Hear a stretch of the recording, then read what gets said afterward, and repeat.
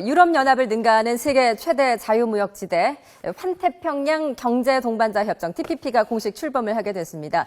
미국과 일본 주도로 멕시코, 호주, 싱가포르 등 12개 나라가 참여를 하는데요. 여기에 우리나라만 쏙 빠져 있습니다.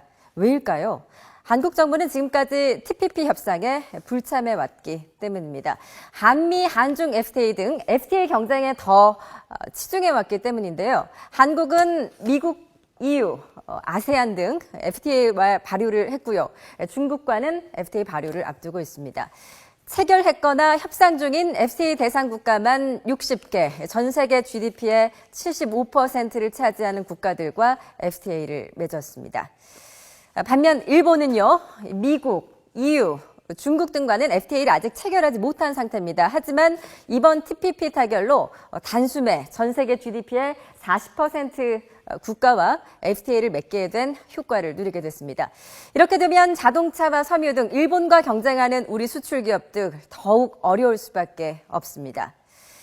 특히 일본 자동차 부품 산업은 대표적인 TPP 수혜 업종인데요. 발효 즉시 미국에 수출되는 일본 자동차 부품 80% 이상에 대해 관세 2.5%가 철폐됩니다. 연간 20조 원 정도를 미국으로 수출하는 일본 부품 기업의 관세 혜택이 수천억 원에 이른다는 분석도 나오고 있는데요. 세계 100대 자동차 부품 기업 가운데 30개나 되는 일본 기업들의 가격 경쟁력이 높아진다라는 뜻이어서 우리 기업들은 상당한 타격을 받을 수 있습니다. 일본이 TPP 참여국인 말레이시아나 베트남에서 만든 차 부품도 자국산으로 인정이 되기 때문에 완성차를 값싸게 만들 수 있다는 장점도 있습니다. 또 미국 시장에서 일본 차와 치열한 가격 경쟁을 벌이는 우리 자동차 기업에는 불리해지는 셈입니다.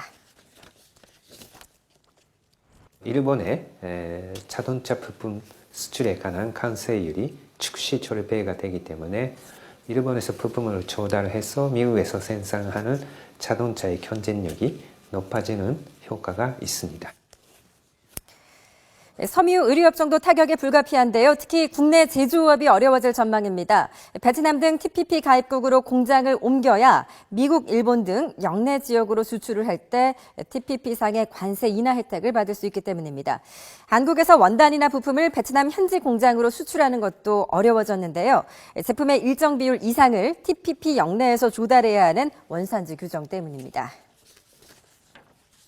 그래서 우리나라 정부의 입장에서 볼 때 이해하는 측면에서 본다면 한미 FTA가 발효되기도 전이고 그 발효에 신경을 썼고 그다음에 한중 FTA에 굉장히 공을 들였다. 네. 큰 두 개 때문에 TPP는 조금 소홀한 측면이 있는데 이걸 가지고 실기했느냐 안 했느냐라고 논란이 지금 일어나고 있는 거죠.